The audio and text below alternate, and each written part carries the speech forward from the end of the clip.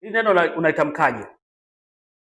Watu wengi wanasema mischievous, wengine wanasema mischievous, lakini hapana, hatutamki hivyo. Tunasema mischievous, tunaweka stress kwenye first syllable. Mischievous, kwa tunasema mischievous. Mischievous maana yake nini?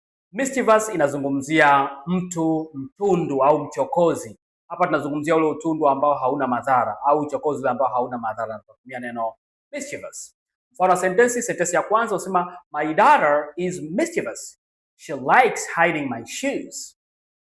Sentensi ya pili unasema my neighbor is mischievous. Every day she has a new prank.